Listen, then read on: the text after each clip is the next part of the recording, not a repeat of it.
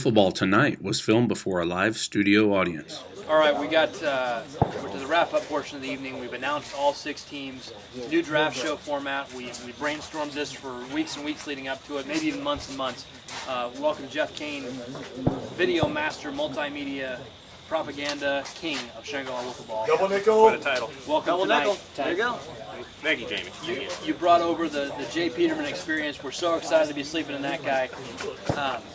What do you think about Shangri-La 19 so far? You are as big a fan these days as anybody out here. I am very excited for what lies ahead. I got to commend Seth on the work he did for the teams. I did not know how this would shake out, but after seeing the results, I can honestly say I think every team's got a fair shake at winning the titles. Balanced teams, Jeff. I mean, now we're here in front of everyone.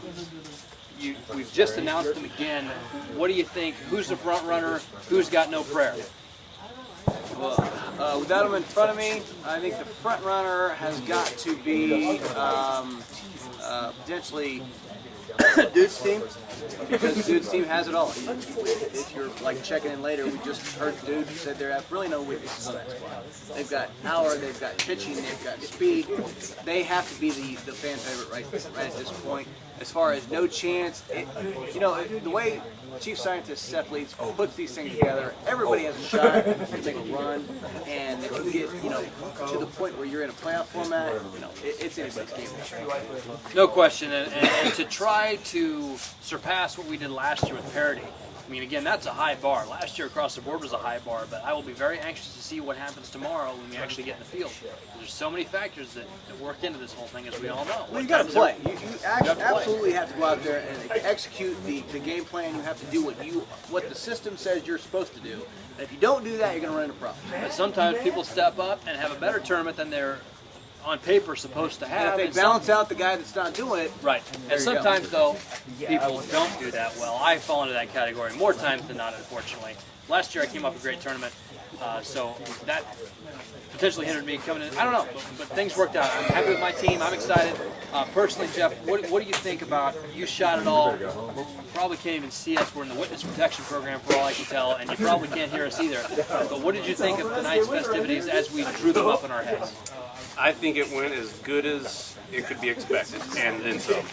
It just continues to amaze me with this group that we have the buy-in that we get with doing something like this for an hour during the night, and then also the buy-in we had for Home Run Derby, for the holiday messages we filmed earlier today. This group's just a great group, and they really care about the weekend, and they want to see some excitement as we build towards 20. But before we get there, we got to have a kick-ass weekend this time. Agreed. Worst home run derby to date, based on numbers. I want to say that low. They're taking the Mitchell report into play over here, perhaps. I don't know. The balls may have been a little tainted and old. We don't know. But you mean the participants, or what was in the stock? Potentially in the stock and the players. There was not a lot of courage out there in the batting box. Tainted old balls is never positive. I don't Which would care be what a you think. great team name. Yes. Well, we cleaned that up quite a bit, though. You can't say balls. Oh, why not? It's like the 7 words you can't say on television now. It's like times 100 for what we can allow in the team names. It's not like prison balls or anything weird like that. Well, you said that on the video show here. Well, I hope we come back next year, and for the 20th draft show, I hope that I hear tainted old balls for a team name. I think it'd be great. I can promise you right now it's not going to happen, so We'll do our best to get both in the lake. Yeah, lots of people probably thinking we're complete morons. We're only here once a year, so we didn't really live here. Tank, final thoughts as we lead into the 19th Annual Shangri La Classic. I just, can't wait for what lies ahead. Not just tomorrow, but also tonight. Once we get this show done, we get to kind of relax a little bit more than what we are right now. That threw me for a loss right there. I don't think I'll ever be able to see again because I'm so blind from the frog legs that just walked by. You can't show that because we're not going to give credit to the streakers, so you just don't show that. Unfortunately, I get to see that in 3 different angles in high def. Where's the security? Who's the security guy? In all seriousness, though, I know you two have given a lot of praise to Seth and Mayfield and Luke and all the other Whifflers, but on behalf of us, we just want to thank you two for allowing us, and the ladies for all the work you do. That's something special, and we're excited about what lies ahead tomorrow, but about the future as well. Well, go ahead. One final thing from me, and then I'll say one final thing. Welcome back, John Einhorn. Welcome back, Patrick Loftus. We're hoping to welcome back John Lockhart tonight before the 19th annual. We're not sure if that's going to happen at this point, but I failed to mention that earlier as well. Jeff, your final thoughts? My final thoughts are, again, I always point this out on the end of the podcast as we get closer. I cannot be happier or more excited for a weekend in my year, my calendar year, my recreational year, than this weekend. It is Christmas in the summertime. It is by far the most fun that I have at any given point with a bunch of my buddies. Thank you all for being here. Thanks for putting it all together. Thanks for doing all the things that you guys all do to make this weekend the most perfect weekend for me in the calendar year.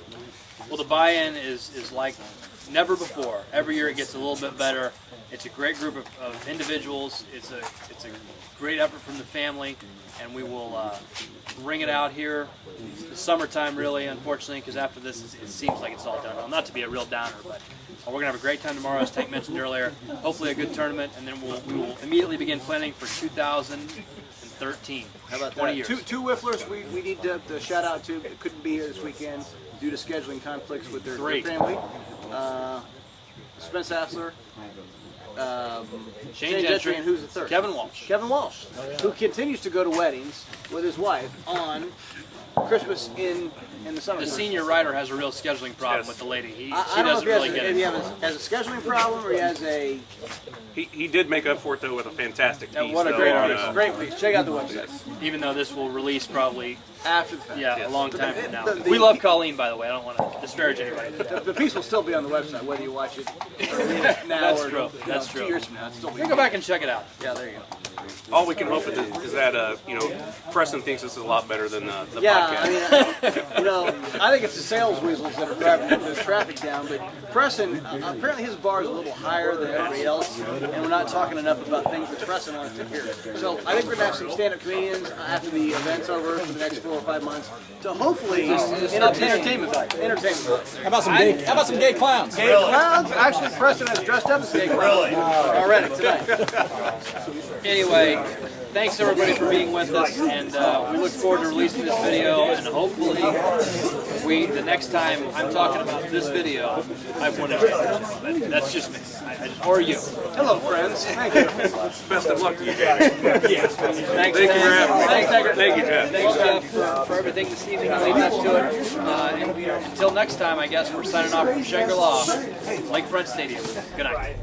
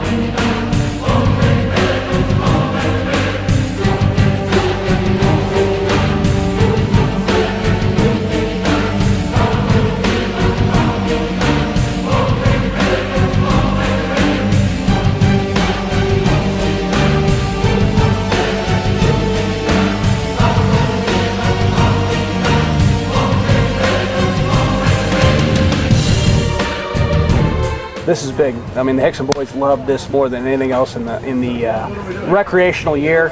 And I think if I can get a championship, that would just put the icing on the cake for me, and I'll be back next year to participate again. Just defend your crown. Absolutely. Absolutely. Well,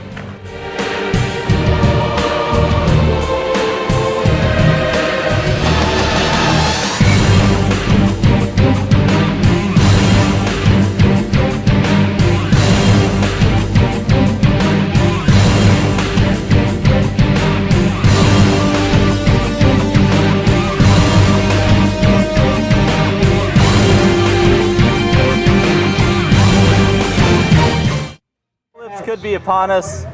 Eventually this all has to end, right? At some point. The rapture has to come. Let's talk about Wifflegeddon. We've been talking a little bit about Wifflegeddon. So the end of this, how does it play out? When do you think it will play out? How do you like to see it go out? There is talk about, I know there's many discussions during the interview process about Wifflegeddon and the threat of the end. I think regardless of the end of Wifflegeddon or Wiffle Ball, there'll be a lot of former players come back. I think get them back instituted into the weekend, whether they play or not, just having them back and bringing everybody back. A reunion of sorts. Reunion of sorts, absolutely. So that's a great segue. Is Wifflegeddon, the subject's been brought up a lot, right? So what can we expect? When do you expect Wifflegeddon to come? Well, there's a lot of conjecture. Wifflegeddon ends will end in 2013, 2 years from now, on the 20th anniversary of the event.